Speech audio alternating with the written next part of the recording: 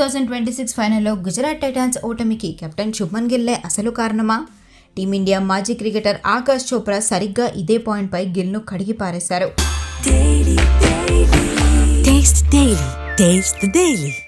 ఫైనల్లో గిల్ ఆడిన చెత్త షాట్స్ చూస్తే తనకు 2023 వన్డే వరల్డ్ కప్ ఫైనల్ గుర్తొచ్చిందంటూ ఆకాష్ చోప్రా సంచలన వ్యాఖ్యలు చేశాడు. చోప్రా మాట్లాడుతూ, ఫైనల్ మ్యాచ్లో గిల్ అవుట్ అయిన తీరు చూశాక గుజరాత్ కోలుకుంటుందని నేను అస్సలు అనుకోలేదు. నిజానికి అది వికెట్ పడే బాల్ కాదు. అంతకు ముందు బాల్కే 4 కొట్టిన గిల్ ఆ వెంటనే అనవసరంగా పెద్ద షాట్కు ట్రై చేసి వికెట్ పారేసుకున్నాడు.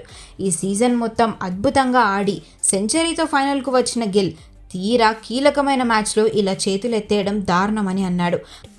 అంతేకాదు, ఈ మ్యాచ్లో ఆర్సీబీ ప్లానింగ్కు 2 చేతులెత్తి మొక్కాల్సిందేనని చోప్రా అన్నాడు. పిచ్ పై స్వింగ్ లేకపోవడంతో ఆర్సీబీ బౌలర్లు పక్కా ప్లాన్తో బ్యాక్ ఆఫ్ లెంత్ బాల్స్ వేసి గుజరాత్ను దెబ్బ కొట్టారని చెప్పుకొచ్చాడు.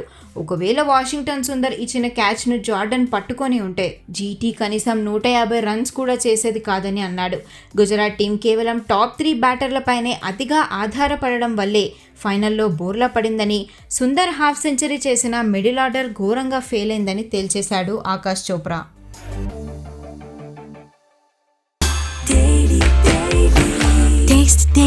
Taste the Daily.